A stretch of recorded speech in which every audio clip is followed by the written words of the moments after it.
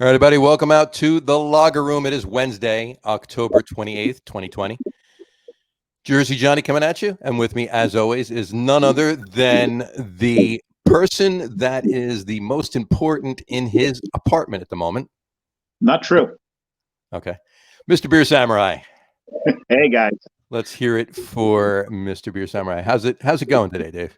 I find Fry to be a little more important than me. All right. Yeah, maybe he is. He's more important. He's wearing his ferocious Halloween mask. He wears this mask indoors, even and in the apartment, even though it's just the two of us right now. Right. But it is National Plush Animal Lovers Day, so I wanted to give Fry some airtime. It is National Plush Animal Lovers Day. So it's not National Plush Animal Day. It's National Plush Animal Lovers Day. I think something like that.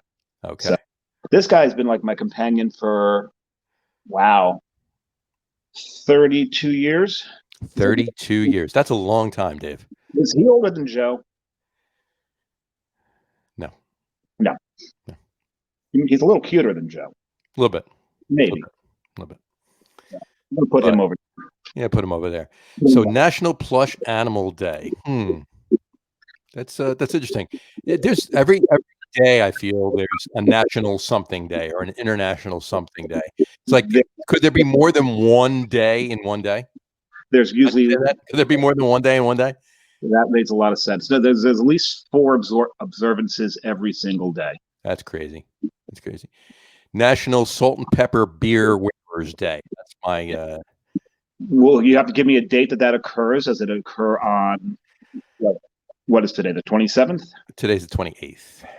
Does it occur on October 28th, or does it occur on the 4th Wednesday of October? Got to figure that out. Yeah, that's true. That's true. So what is it? What else is today? It's National Chocolate Day. National Chocolate Day. National Chocolate. Well, what's funny enough, I don't have a stuffed animal per se, but I do have one that can kind of merge the gap between stuffed animals and chocolate, and that would be that. Is it the smiley version? Well, the smiley version would be there on the other side. There you got to get the smiley version because chocolate makes a lot of people happy. This is true. This is true. This is true. And it'll make the beer taste. And this side goes out really quick. Not that we want to get into sports really quick, but this side goes out to the coach of the Tampa Bay Rays for his decision to go with analytics last night. Yeah, Mr. Cash taking Snell out in the 6th inning after giving only his second hit of the game. Smart man. Smart man. Series, my friend. Cost you the series. Unbelievable. Well, what are you going to do? So the Dodgers won, but there's always beer, and that's what we're here for. We are here for beer. We are here for beer. We are always here for beer. So what are you drinking today, Mr. Samurai? So this weekend, took a little trip out into Massachusetts. Well, before we do that, there is that challenge. There is a challenge. There is a challenge. You laid down a challenge to me last week for me today to drink a beer from a brewery that we haven't talked about the brewery, nor have I drank a beer from the brewery on the podcast as of yet from New Jersey, and you the same. But I was supposed to be Rhode Island, but I cheated. But we're drinking that in the. Well, I do have one that counts towards the challenge that I'll drink for the podcast, and we'll discuss it a little later. Because I'll be drinking my challenge beer for the podcast during the podcast, not during this live video, if you will. Right. So that's what we will do. We will do that. So we're going to be pouring. So what I did is this could count if I had extended it out into Massachusetts. I went out to finally made it to Vitamin C Brewing. There it is. Vitamin C. Yep. Vitamin C. And I picked up here Grass is Always Greener. It is one of their many New England IPAs. I'm going to pour this sucker out. And you can see here what I'm doing is I'm pouring into. I should probably turn this around so you can actually see the glass. So I got a glass while I was there. I love the shape of this thing, and the bottom of it is so heavy. Really? And my positional awareness and my hand-eye coordination tends to be off a little bit. It's not the easiest glass to pour into, I'll tell you that. So I got a nice head on there. But you can see we got some hazy. We got a little Little haze for the boys there. Little light orange on this one. And this thing's freaking delicious. My God. They know what they're doing there. They got their this together. Right? Yes, they got that together. I got that together. The beer does not at all taste like poo. This I don't think this is going to make it into the podcast. Well, you better at least write down some notes on it, because you'll have to discuss the tasting notes during the podcast. That's the way anybody here that's watching the live video is going to get any of the tasting notes, is to watch the. I've got another one I can crack. Is to listen to the podcast. He's got another one, folks. He's gonna drink two of the same beer. Imagine that. It's very possible I may do that. I've not done that yet. And this thing comes in at 6.4? 6.4. 6.4% alcohol by volume. By volume. So, not by color or yeah. What else? There's by weight. It's ABV, and I forget why it's ABV versus just not ABV. I don't know. Some other method of measurement. Well, that's cool. That's great. It looks like an awesome beer. I wish I could try one. Maybe one day I will get my hindquarters up to vitamin C. I've had a couple of their beers, but I haven't had that one. So looking forward to finding out about it from you. However, today, in honor of the fact that 3 days from now is Halloween, it is. And we have done pumpkins before, obviously, but I'm going to wrap up the last pumpkin of the season as far as I know right now. I might bring one back around Thanksgiving, because I always like to have another pumpkin ale around Thanksgiving. Just kind of works for me. Not my favorite Thanksgiving beer. My favorite Thanksgiving beer, however, I'll say it right now. It's no secret. It's a Sierra Nevada Celebration Ale. I'm aware of that. Yes, I know you're aware of that. It's my go-to. It's my go-to beer. When I'm putting let's put it this way. It's my first beer of the day. When I get the turkey in the oven at about 7:30 in the morning, that's when I start. And I start with a Celebration Ale. So, anyway. And completely gets trashed, forgets about the turkey, and they order Chinese. Right, exactly. So let me open this up. Today, I'm going to be drinking for this video. And you mentioned this in the podcast last week. I did. Weyerbacher Imperial Pumpkin. And I correctly, we didn't say it, but I did correctly guess what you were going to open today. You did correctly guess, yes. And let me open this up. There we go. Pour a little bit off here. Still that real dark amber. Yep, nice dark amber. I remember this beer. Love that beer. Drinking it in. Despite it being pumpkin. Drinking in a Trillium glass today. There you go. There you go. So, pardon me 1 second.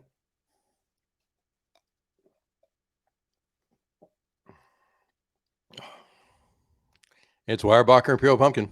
There you go. Make sure you tune in to the podcast once we post it after we record it later this evening. What's that? Is that a 12 or is that the bomber? It's a 12. It's a 12. Oh no, it's a 12-ounce beer.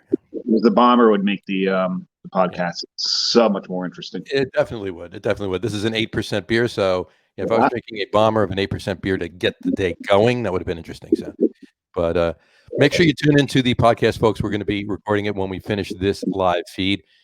Make sure you tune into the podcast to get my tasting notes on this, and of course the other beers we're going to do as well. But this is phenomenal. This is one of the best pumpkin beers out there, and it's one of only a very few of Dave's actual favorite pumpkin beers. So. One of 3 or 4. I've got an order of business I must take care of. On the Rhode Island Craft Beer Society, I did mention that there will be apology forthcoming from myself. If you remember, I had mentioned that the 2 breweries that we tend to hawk here a lot because they're close to us and we drink a lot of their stuff, being Source and Smug. Source for John, Smug for myself. And I mentioned that the owners both have the same name Pete. Why I think Rob DeGioia's first name is Pete is beyond me. I was sucking him down pretty heavy last time. So my apologies go out to Rob. I did mention to Andrew at Smug today when I picked up some beer that I would be making this apology, and he thinks it's hilarious that I referred to him as Pete. But Andrew finds everything funny. Andrew's a really positive guy. So, Well, I mean, sorry, Pete. I mean, yeah. Well, folks, just to fill you in on a little something, I've known Dave for many, many years. What is it? How many now? It's got to be what? 8. Oh, I don't know. 8, 10, maybe a little bit more, somewhere in there. Somewhere in there. For the first 6 months, Dave called me Mike. That was not my fault. That was Rachel's No, fault. it wasn't your fault. Somebody was pulling your leg, and you went along with it. So the best part of it was, we had told Augie that he'd asked when John was getting there. We're like, well, John's not here, but Mike's here. And he's Mike who? But then Augie started to roll with it when he realized of the mistake that was made. And Right. for the longest time, John did not correct us. We called. It was a couple of weeks after that we continued to call you Mike. Yes, yeah, it wasn't 6 months. It was probably like 2 weeks. And I believe Rachel still refers to you as Mike. Oh, yeah, she calls me Mike all the time. She still calls you Mike. Right, yeah. I think she calls you Mike/John. Mike John. That's it. Mike John, yeah. Little quick order business, folks. A couple of things here. Dave, Madeline Lopez says hello, Dave. Hey, Maddie. So Maddie is she has come up from New Jersey. Say hello, John. She just said hello, Dave. So I just want to point that out. Yeah, well, she doesn't. Don't think she knows you yet. Well, I'm on the screen. That's my point. So. On the screen. So she's come up from New Jersey to help me survive the holiday season. So this way I don't have to work 80 hours a week. Mm-hmm. So that's much appreciated. And her and I were the ones that ran the operation last holiday season. So it's good to have her back up because she knows what she's doing. There you go. There you go. We also have a hello. We got a hey dudes from Mr. Brian Olschel. Hey, Brian. What's up, Brian? How you? What are you drinking tonight? Write in and let us know what you're drinking right now. And if it's water, just let us know water because that's what you do sometimes. What do you like to drink at this time of year? I know you like to take horse rides. Yes. There was a horse rider issue before, I think. Right. Something like that. There we go. Madeline Lopez just said hello, John. LOL. There you go. Hi, Maddie. There you go. Thank you. Thank you for the hi. Thank you. Meg Riley wants to know where's Peter Pumpkin Eater. Is that a beer that we don't know about? It's got to be a beer. I don't know. I'm not sure. We'll have to check on that. If you can let us know where to get one, we'll get one and we'll review it. So there you go. But it reminds me of a meme, and maybe I'll have to Facebook message that meme to Meg. Yeah, please do. And Brian Olschel is drinking nothing right now. Oh, come on, Brian. Is that a beer? Nothing? N-U-T-H-I-N? Maybe. Maybe it is. Maybe that's what he's drinking. He's drinking nothing right now. And just to round it out, Tyler Maraca is drinking a Dogfish Head Pumpkin Ale right now. Oh, pumpkin.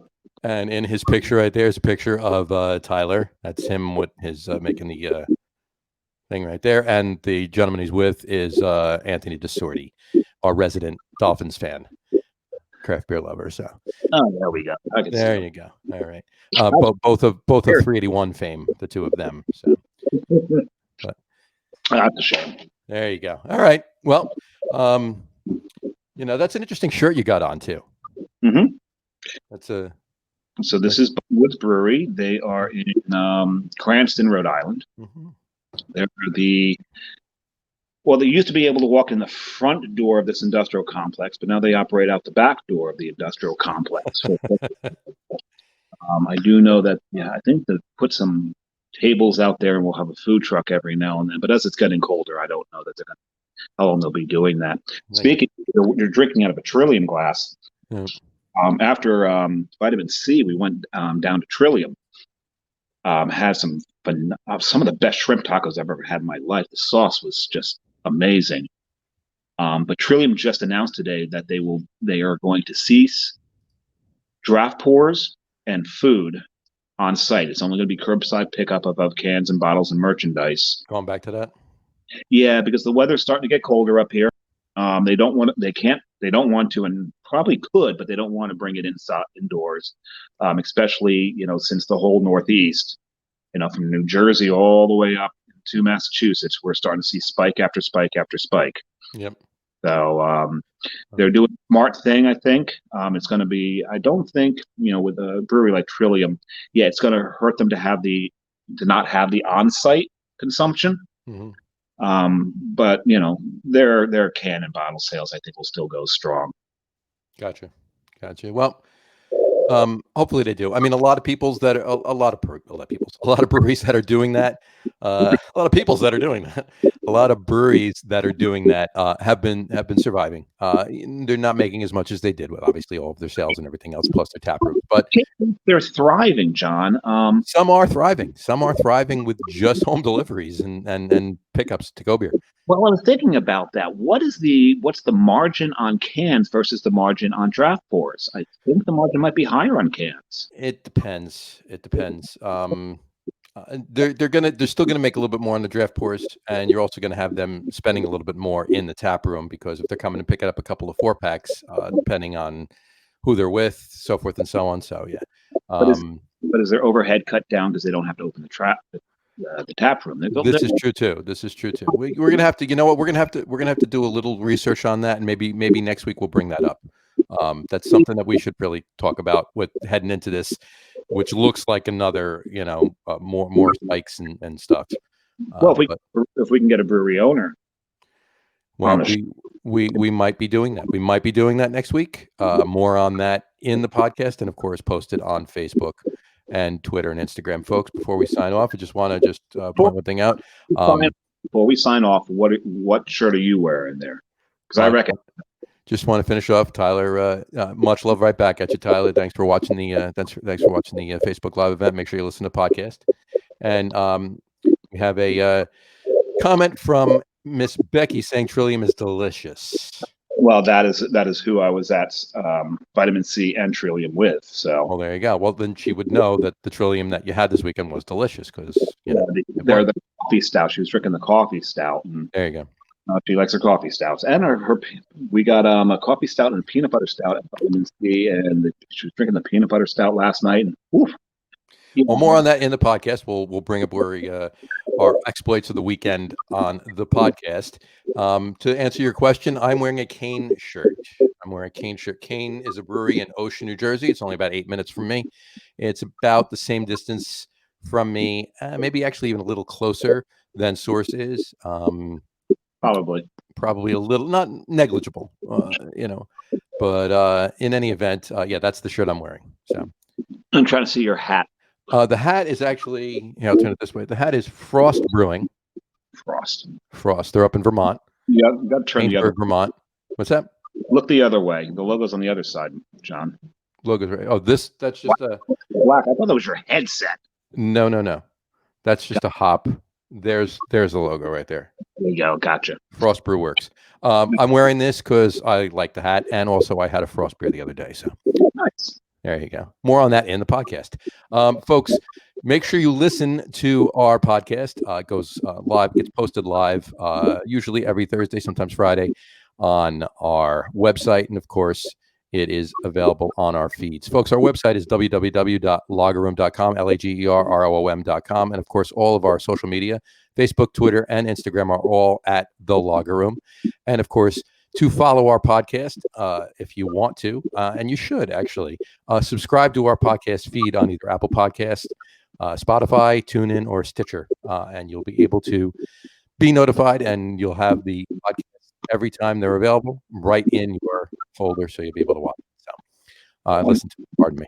John's directing us to the podcast because he knows that my beer is almost empty. Yeah, you got to have a little bit more for those tasting notes. Folks, we're going to go over to audio mode. We want to thank you all for paying attention and watching, and we'll be back here coming at you next Wednesday at 5:30. And of course, make sure by the end of this week, you check out our podcast. Folks, have a wonderful week. Take care. Enjoy your beer, drink responsibly, and we'll talk to you soon. Take care, folks. Bye, guys. Fry says bye.